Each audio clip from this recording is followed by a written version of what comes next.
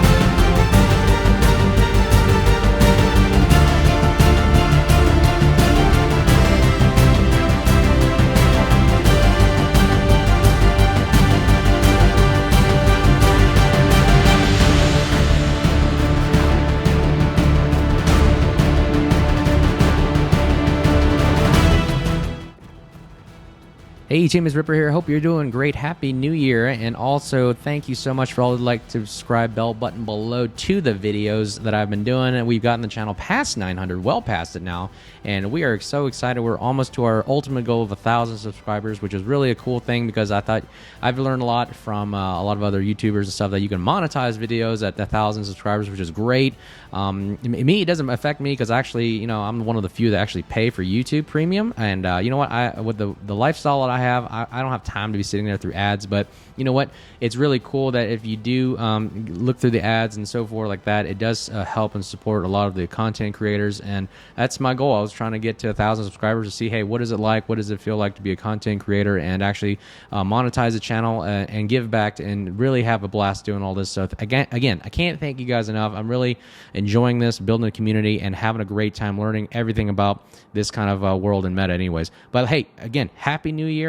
Let's go into the Druid. The Druid is one of the, I think, one of the most powerful, if not OP, destroyers out there if you use it correctly, especially for clan battles. Now, the title of the video is Clan Battles, and how the Druid is just an absolute powerhouse, super ship, whatever you want to call it. It's just a beast. This thing can really take on anything that it is dished out at it. But again, it does have weaknesses, and I'll talk to you about the pros and cons about the Druid. If you're on the fence about thinking about getting it, or the Vampire 2, I'll do another video about Vampire 2s. I think a lot of people like that ship. But I'll show you what the Druid does, and it's a very, very unique playstyle, and I really enjoy it because it fits my playstyle as well. And let me know what you think. Again, the videos I'm going to be doing lately now are going to show you what works for me, and also how to counter the tactics that I employ or what I do as well. So you can kind of learn from both sides, because both sides actually work. You learn from not only the front and also the back end of the battle, because that's how I learned. I watched a lot of YouTubers, or I watched when I die, like what did the enemy do to me that I could do better next time. So we're all about learning how to get better and what we can do to help each other out, be a better team player, be teammates, and build a community and have a blast doing it as well at the same time, like I've always said. All right, so we're getting shot at right now because we got spotted by a Shima. Now, the commands that I gave out, I think my team let me call the shots on this one. And I'll be honest, I'll say the Druid, when we played the first 10 games, we won 10 games straight in clan battles. So I'm telling you, this thing is a powerhouse. It's a great point man, a point leader, whatever you do to take on the lead as an offensive capability to spot and control the battlefield. So I told my team, hey, we're going to do a Bravo Charlie push. We're all going to push together, stay together, and I'm going to go ahead and spot. Now, also, not only do I'm doing literally 7 rolls here. I'm going ahead and spotting ahead. I'm going to be a screen for the destroyers. I provide smoke screens for my cruisers in the background. I'm also a gunboat, the DD, that is full up AP monster, and you see the build that I have right now. It is designed for a maximum AP damage kind of thing with just standard range and maximum HP, because we know we're going to be tanking a lot. Now, you know when you don't hear that a destroyer will be tanking. Yes, this thing tanks damage like a champ. Watch the potential damage that it can do and what it provides, okay? So, as we can see, we're going to go opening up on the GK right now. and providing that just constant rain of fire that's really going to be not only annoying, but really allows us to tank damage and distract. And notice how everybody's shooting at us and not at our team.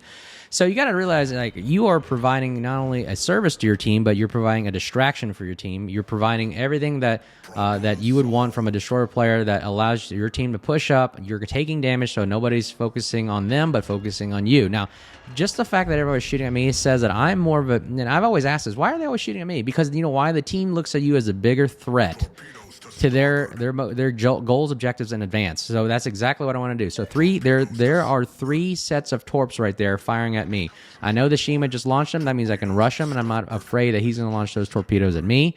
Go ahead and rush. My Hydra is about to go down, but you know what? The Hydra is only 3-kilometer detection range anyways, and I have a radar cruiser behind me that can help out. So we're going to go ahead and lay on the hate here in front. Oh, wait, actually... So I actually held fire here because I have to wait to see where the Shima does. The Shimakaze is literally in the smoke or could pop out at any moment.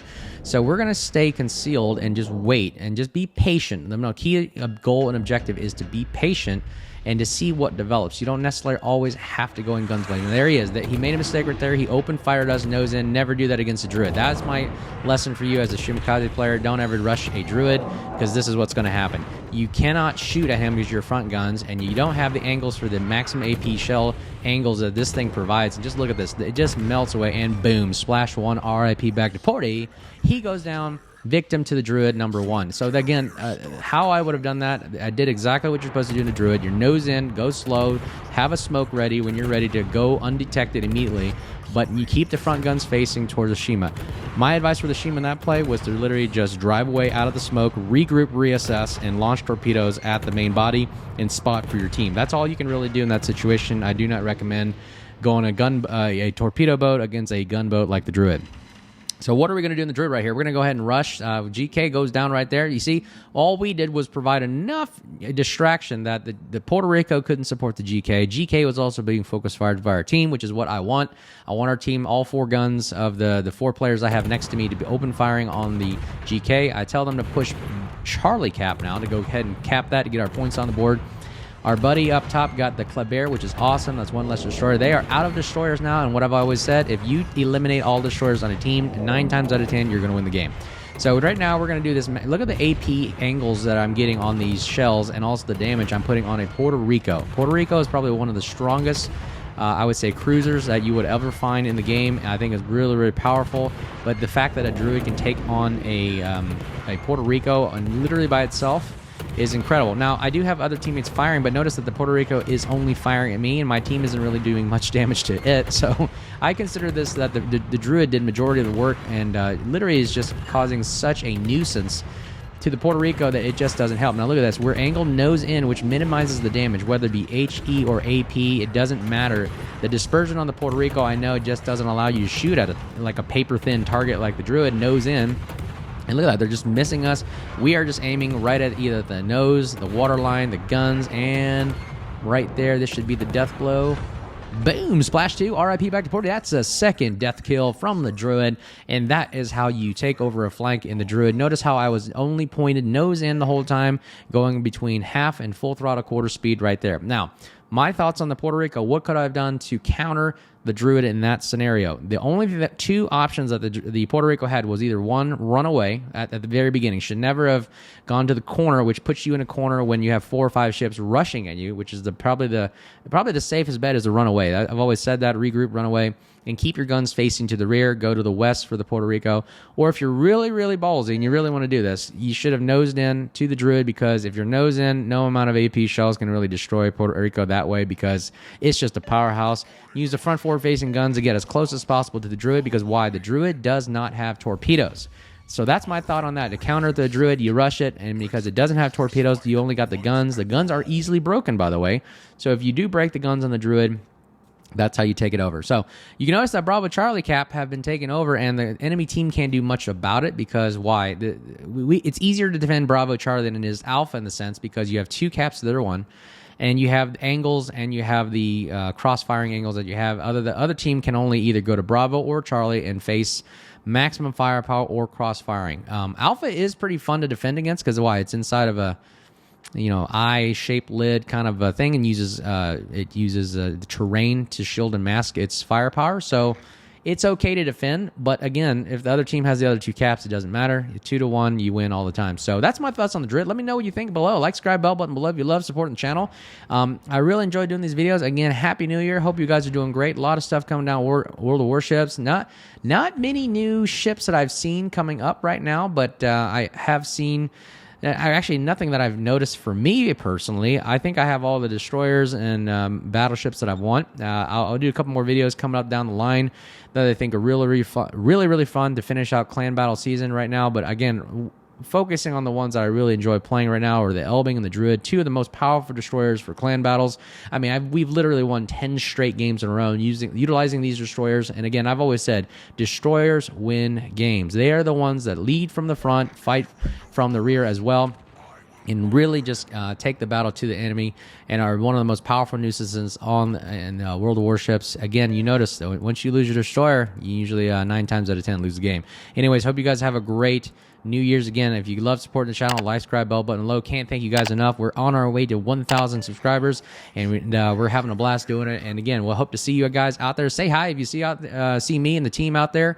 And we really enjoy playing with you guys, and really enjoy talking and chatting and just sharing a lot of ideas anyways. But hope you guys be safe this holiday season. It's time to get back to work and have a great 2023. Take care. Cheers.